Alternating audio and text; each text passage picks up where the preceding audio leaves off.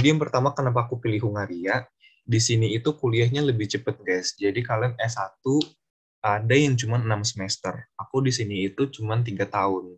Jadi kalau kalian kuliah di sini, kalian bisa lebih hemat 1 tahun nih. Terus kalau beberapa jurusan lain ada yang 3,5 tahun juga. Tapi mostly di sini 6 semester udah tamat sih.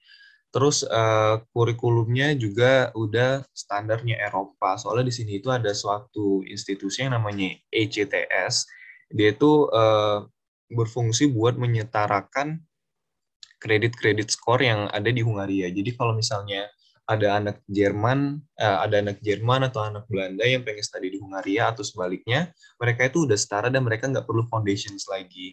Mungkin kalau kalian tahu, kayak kita yang dari Indonesia, kalau mau studi ke Jerman, kita harus ngambil student college dulu setahun, karena ijazah kita tuh nggak setara sama mereka. Tapi kalau bagi mereka yang udah di Hungaria sini, yang anak-anak Belanda, anak-anak Jerman gitu, kalau mau pindah-pindah negara itu mereka udah setara, mereka udah nggak perlu nambah extend sekolah lagi, itu udah nggak perlu lagi di sini.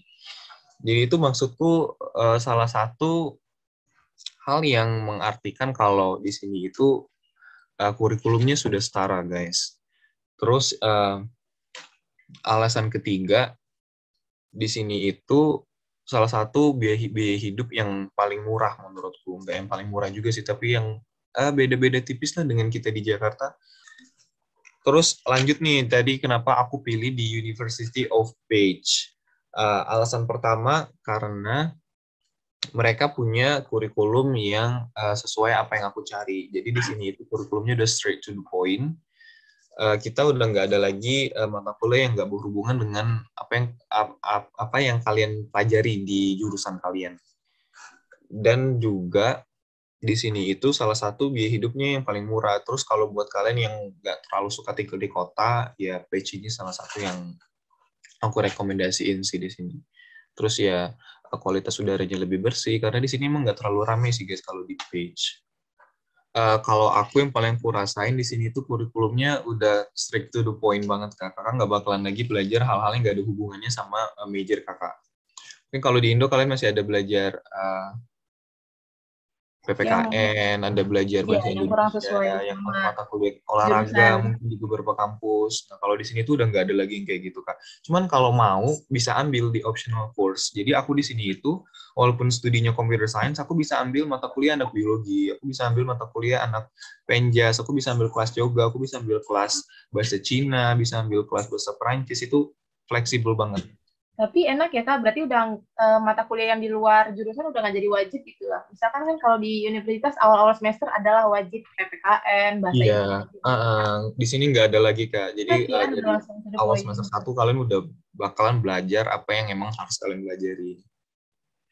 Nah iya nih, jadi kalau kalian pakai beasiswa Stipendium Hungarikum, kalian nggak ada kewajiban buat balik ke Indonesia. Jadi kalau misalnya kalian mau kerja di sini, boleh. Mau balik ke Indonesia, boleh. Mau langsung lanjut S2 juga boleh. Nggak ada kewajiban buat balik ke Indonesia.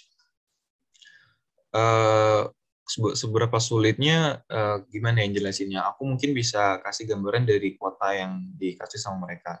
Jadi per tahunnya itu ada 100 orang yang diterima, 50 orang S3, 40 orang S2, dan 10 orang buat S1. Tapi dia itu bisa aja guys, yang diterima per tahun cuma 91 atau cuma 95. Dia tergantung seberapa orang yang qualified sama requirement mereka. Jadi mereka nggak harus ngambil 100 gitu. Jadi kalau misalnya yang qualified cuma ada 90, ya 90 aja gitu guys. Contohnya tahun ini S1-nya itu cuma ada 8 penerima beasiswa. Terus kalau buat tipsnya, aku kasih saran kalian buat maksimalin di motivation letter. Itu benar-benar kalian harus put effort lebih deh di situ. Terus CV kalian, misalnya buat mungkin kalian banyak yang bilang gini nih, dulu aku nggak pernah menang lomba nih kak, aku nggak pernah ikut-ikut kegiatan-kegiatan yang gede-gede gitu namanya. Ntar kalian, menurutku ya, saranku kalian bisa coba ambil course. Kalau aku contohnya di computer science, aku pernah ambil online course tentang pemrograman bahasa Java atau pemrograman bahasa Python. Atau mungkin buat kalian yang pengen kuliah bisnis, jurusan bisnis, kalian bisa ambil online course yang berhubungan dengan bisnis. Itu menurutku punya value juga kok. Jadi bisa buat menggantikan sertifikat-sertifikat yang harusnya menang lomba gitu-gitu, nggak harus kok guys. Itu nggak jadi nilai utama. Masih banyak nilai lain yang bakalan dinilai sama mereka sih. Dan kalau tips buat motivation letter, kalian harus cari orang buat baca motivation letter kalian. Kalian butuh perspektif baru. Jadi kalian nggak bisa, menurutku ya, lebih baik nulis motivation letter yang di-review sama banyak orang. Jadi kalian bisa dapat sebuah perspektif yang bahkan kalian mungkin nggak kepikiran gitu. Tapi bukan berarti juga kayak perspektif orang harus kalian ubah atau terima mentah-mentah gitu, tapi tetap kalian jadiin consideration atau pertimbangan gitu. Terus yang kedua, misalnya kalian udah ngerasa kayak, kayak motivation letterku udah bagus nih, udah mentok nih. Kalian bisa coba cari mentor gitu buat bantu kalian nulis essay. Terus yang ketiga, sebelum nulis essay, kalian itu harus riset poin-poinnya sebanyak-banyak mungkin, terus bikin kerangkanya dulu, pelajari dulu, cari di Google, contoh-contoh essay itu gimana, terus vocab-vocabnya gimana, terus grammarnya gimana, kalian bisa cek pakai aplikasi namanya Grammarly. Itu menurutku membantu banget sih aku kemarin buat ganti vocab kalian ke academic vocabs gitu. Kan itu lumayan susah tuh soal vocab di English yang berhubungan dengan academic itu biasanya jarang kita dengar. Dan kalau kalian pakai aplikasi Grammarly, kalian bisa terbantu banget sih. Prestasi apa ya yang berpengaruh ya? Mungkin aku banyak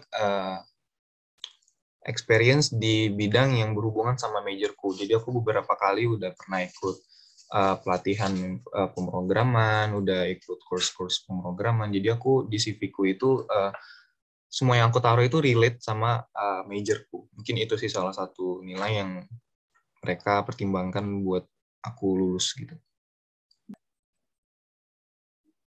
Kalau aku di sini belajar sains, susah enggaknya itu tergantung aku manajemen waktunya gimana sih. Soalnya kalau jurusanku sendiri, aku lebih dikit tugas, tapi ujiannya lebih banyak. Dan menurutku yang paling susah buat maintain diri sendiri buat belajar terus sih.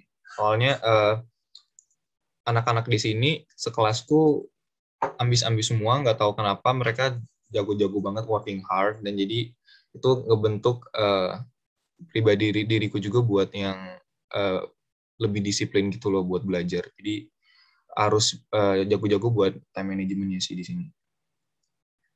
Kalau nggak bakalan ketinggalan sama teman-teman. Aku sekalian share screen ke kalian gimana cara ngelihat dokumen-dokumennya.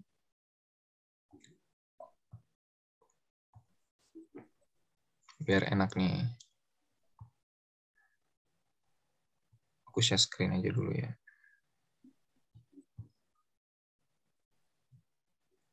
Nah, jadi kalian bisa search di Google website ini stipendiumhungarikum.edu dan kalian klik di bagian apply for stipendium Hungarikum.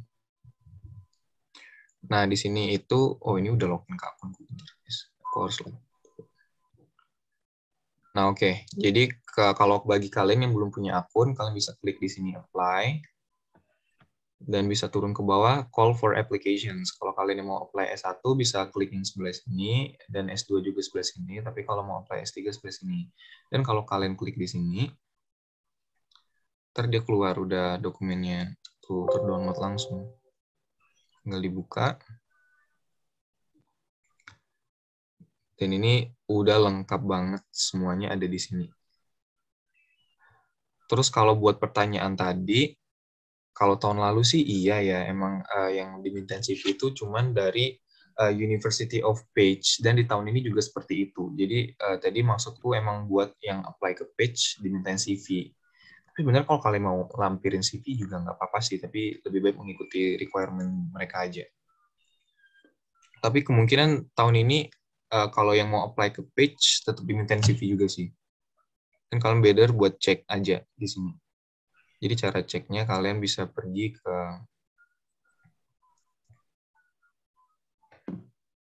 Atau mungkin lebih baik dipersiapkan aja lah ya Kak dokumen-dokumennya. Biar Iya benar Kak. Tapi emang kalau dari stipendiumnya emang nggak mewajibkan. Bedanya stipendium itu dia kayak setiap kampus ada minta requirement yang berbeda-beda gitu loh Kak. Kayak ada minta tambahan medical certificate. Soalnya kayak di page, sebenarnya pihak stipendiumnya nggak minta medical certificate dari awal. Tapi karena kampus page-nya minta dari awal, jadi kita harus sudah provide. Sedangkan kayak yang apply ke kampus-kampus lain, mereka nggak harus provide dari awal. Ntar di akhir aja. Mungkin aku ngerasanya itu, dulu kan aku sebelum datang ke sini udah lama sekolah online kan.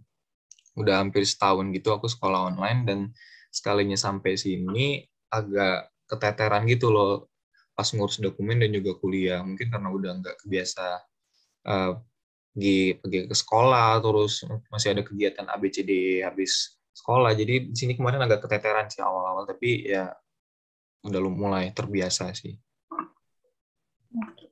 Soalnya fun fact di sini itu jam working hours-nya aneh gitu loh Kak. Jadi contohnya kayak registrations office di kampus, dia tuh bukanya cuma sebentar. Contohnya kayak yang aku ingat di hari Kamis dia cuma buka dari jam 12 siang sampai jam 3.